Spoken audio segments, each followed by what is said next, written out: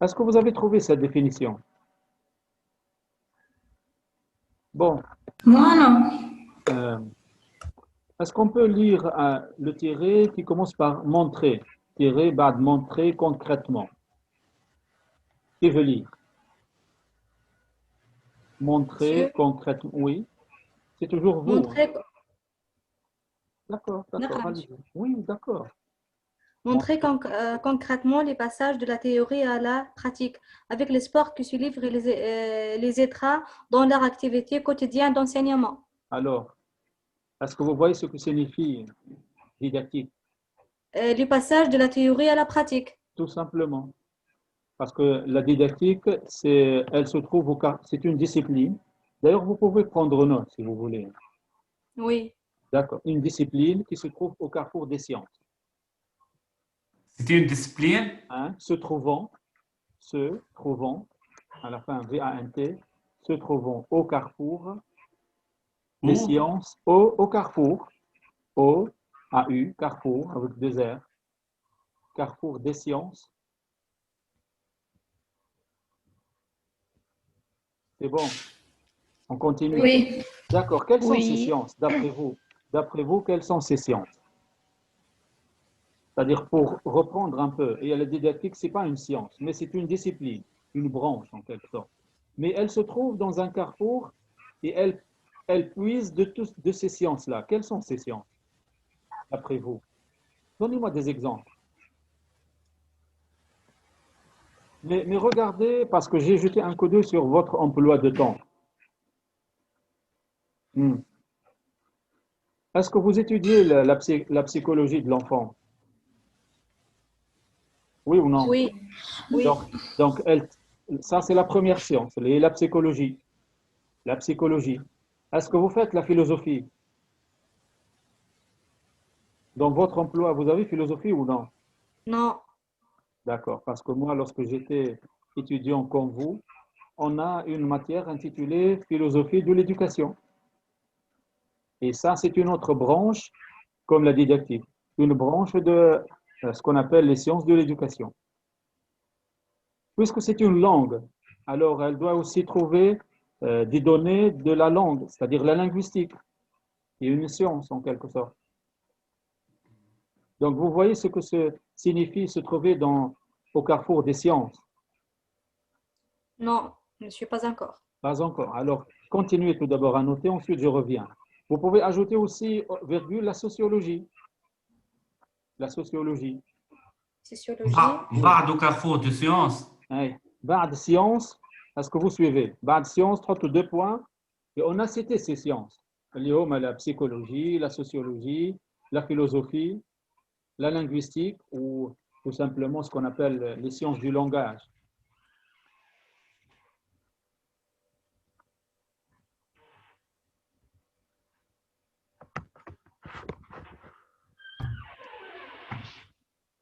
J'entends une porte qui s'ouvre. Ce n'est pas chez moi. Chez moi, monsieur.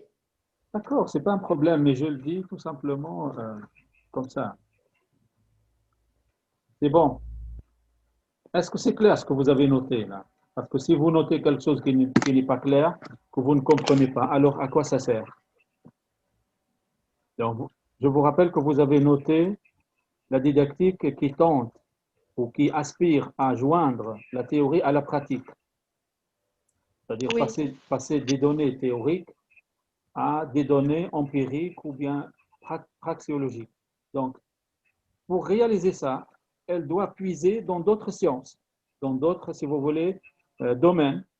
Les sciences, on a nommé la philosophie de l'éducation. On a nommé aussi la sociologie, psychologie. la psychologie, et plus précisément la psychologie, parce que psychologie, vous avez la psychologie de l'enfant, vous, par exemple, vous étudiez ça, ces stades, et chaque stade, par quoi il est caractérisé, pour être capable de voir comment se comporter avec l'enfant. Mais aussi, vous Oui, avez d'autres, ce qu'on appelle la psychologie cognitive, parce qu'à un certain moment, on a commencé à creuser un peu dans cette boîte noire. Vous connaissez cette boîte noire, non? Le cerveau. C'est-à-dire, on cherche vraiment à voir ce qui se passe dans le cerveau, dans l'esprit de celui qui apprend. Et la science permet ça maintenant. Bon, vous avez compris maintenant ce que ça veut dire être au carrefour.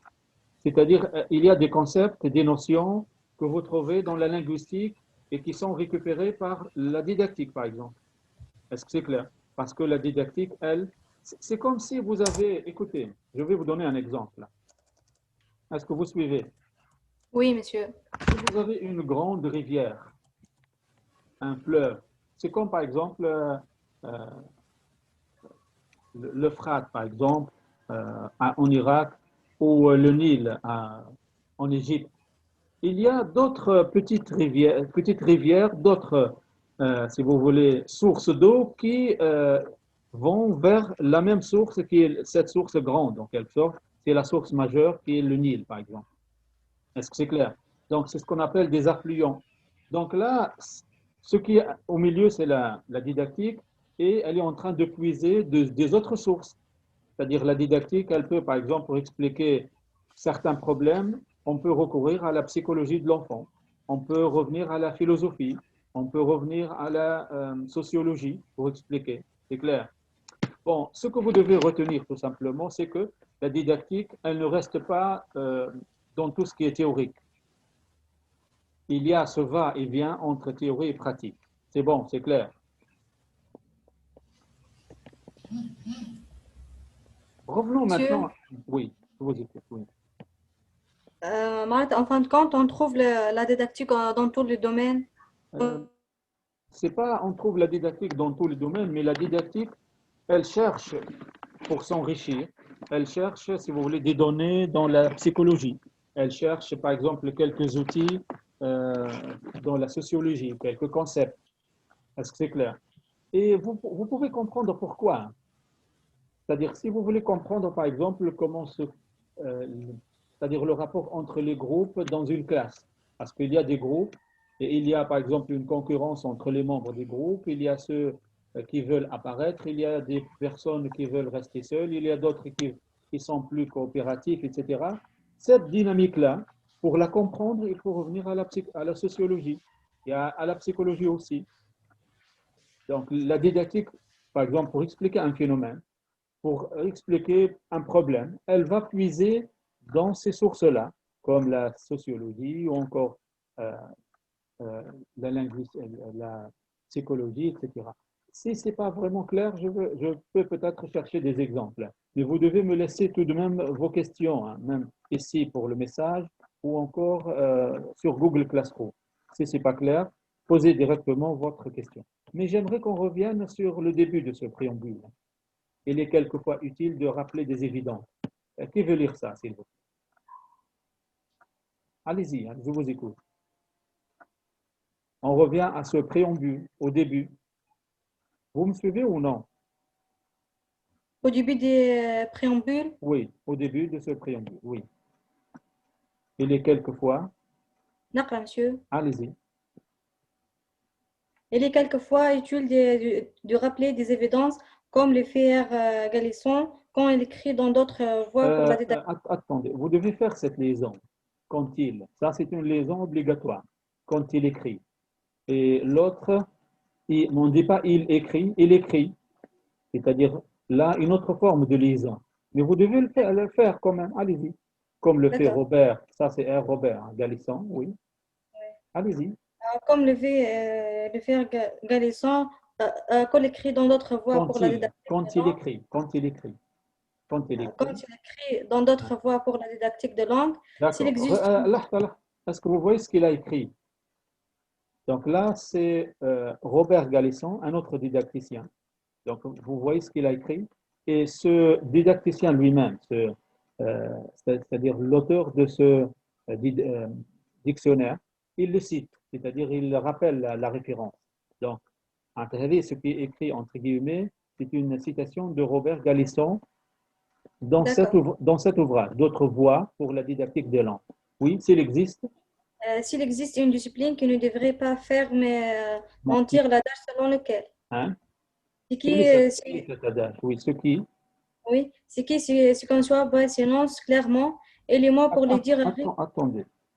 Donc, ce qui se conçoit bien, sinon ce E, on le prononce. Est-ce que vous faites un peu de poésie ou, en principe, vous devez faire de la phonétique, n'est-ce pas? Dans le cours de français. Vous faites phonétique ou non? Oui, oui.